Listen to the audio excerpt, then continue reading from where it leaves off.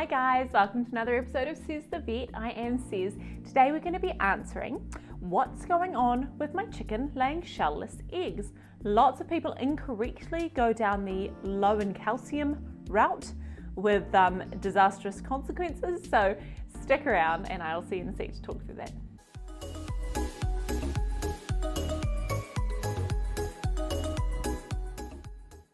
Okay, hi guys, thanks for checking back in.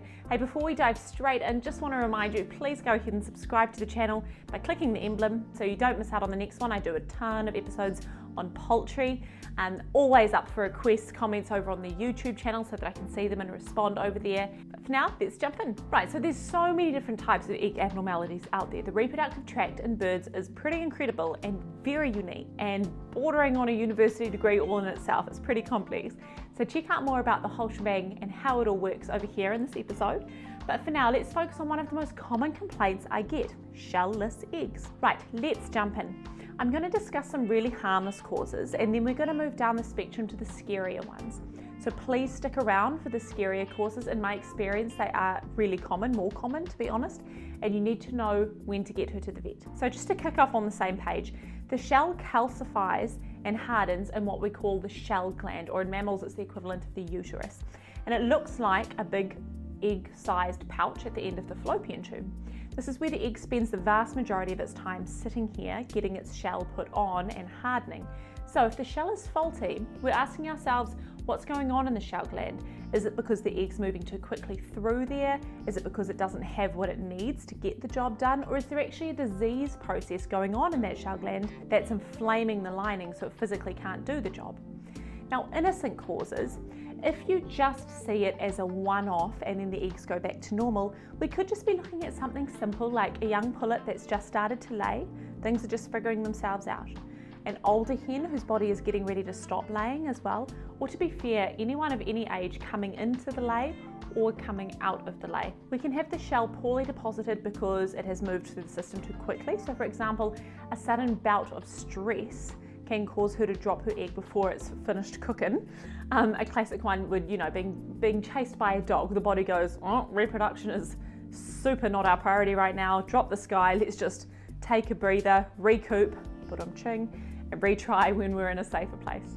You can actually get really fast layers as well, just as individuals that ovulate, as in drop two yolks, too quickly together. Now, a single egg should take about 26 hours to mature to be laid. If she's young, sometimes we can actually get them every 30 hours. But if she's a genetically high layer and has a high level of nutrition, then we can see double ovulations. And usually what people know this as is a double yolker, right? But if they ovulate just a little further apart, we can have a normal egg followed by an underdone one. But the key message is these causes result in a one-off egg, or at the very most sporadic cases. She should be otherwise happy, eating well, completely normal behavior-wise. If she's doing it regularly or there's other signs of illness, then it's not going to be due to one of these causes, okay? Right, now let's address nutritional cause, low in calcium, because everyone wants to talk about that. People really want to go down this track before anything else, and it's actually really uncommon to see. A bird that's low in calcium, not getting enough through the diet.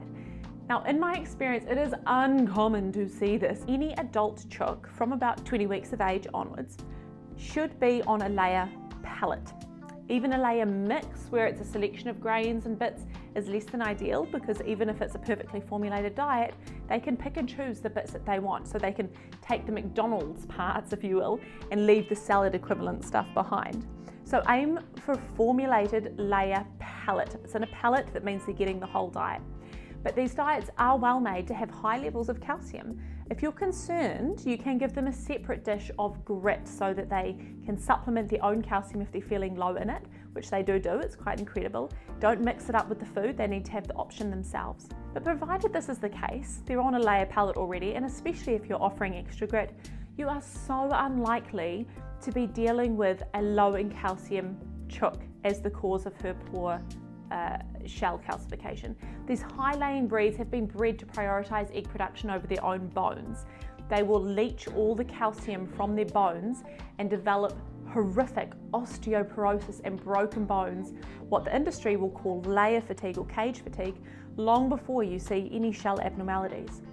But if you are concerned about this and you want to rule it out, your vet can send off a blood sample to rule it out as a cause. Now, far more commonly, what I do see is a disease process going on as the cause. Above all else, infection of the reproductive tract, inflaming that uterine lining and stopping it from doing its job is what I see the most commonly. This could be bacterial, either from a bacteria spreading up the back end if they're sharing nesting boxes, or one that will commonly start as a respiratory disease and migrate down to the reproductive tract. So if you see any raspy or open mouth breathing around, that could be a cause.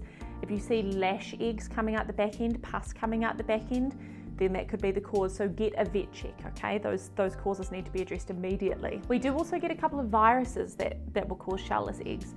Now in other countries they can have more severe strains, but here in New Zealand we're pretty flippin' lucky.